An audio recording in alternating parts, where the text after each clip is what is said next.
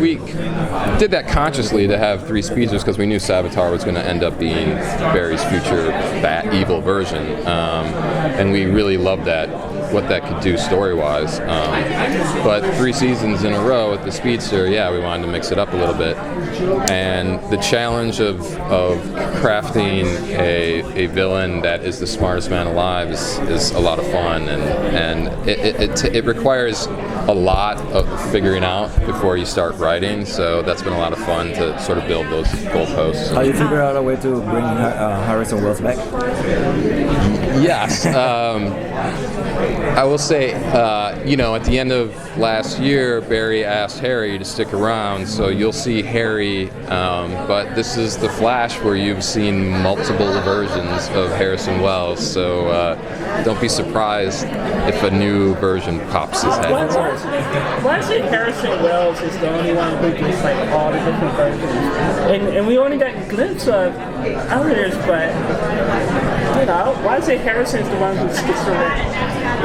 Well, I think the show, from its conception, Harrison Wells was such an integral part of the Star Labs team that you sort of want that brainiac to help you, or you want HR to help you, who is the complete opposite. Doesn't it become a MacGuffin where it's like, basically Harrison can never die, because it's like he dies one season, it's like, oh, we need a Harrison, let's go over here and pull one from him. Look, if we didn't have Tom Cavanaugh, I would say yes, but he is so amazing, and we run through this with him at the beginning of every year, and he sort of puts it into his Tom brain and then comes out with this amazing version of who Wells is going to be, and I personally, it's one of my favorite parts of the show. I mean, he's amazing. Are we gonna get to see? With the villain named DeVoe, are we gonna get a lot of, and with the reunion of New Edition, are we gonna get a lot of Bell Bit DeVoe jokes?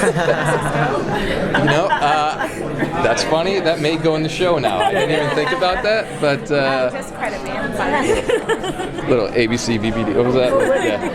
Yeah. Are you serious? So you mentioned the brain trust, Berlanti, Johns, and Kreisberg.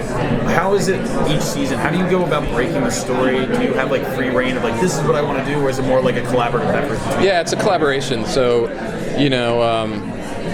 when I don't know, like April-ish, we start brainstorming for the next season, and we pitch different versions to DC and Jeff and Dan Evans and everybody over there.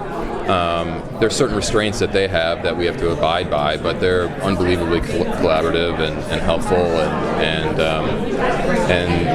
I don't know, we just craft. I don't know, you just like sort of throw everything against the wall, see what sticks, and then you start to craft and put the pieces together off of that. It's probably the most fun time of year for me. Are we gonna get to see Wally be in the Flash season?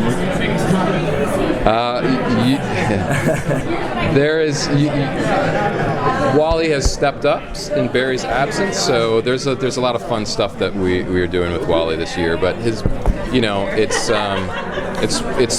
anytime that there's a hero that, he had Barry guiding him for a little bit, and now that mentor, that teacher is gone. So it's really, how does Kid Flash step up and do it on his own? Well, you have so many fans from all over the world, and from the show is huge there. And at what point the fans' opinions and suggestions and praises influence you on the writing plot?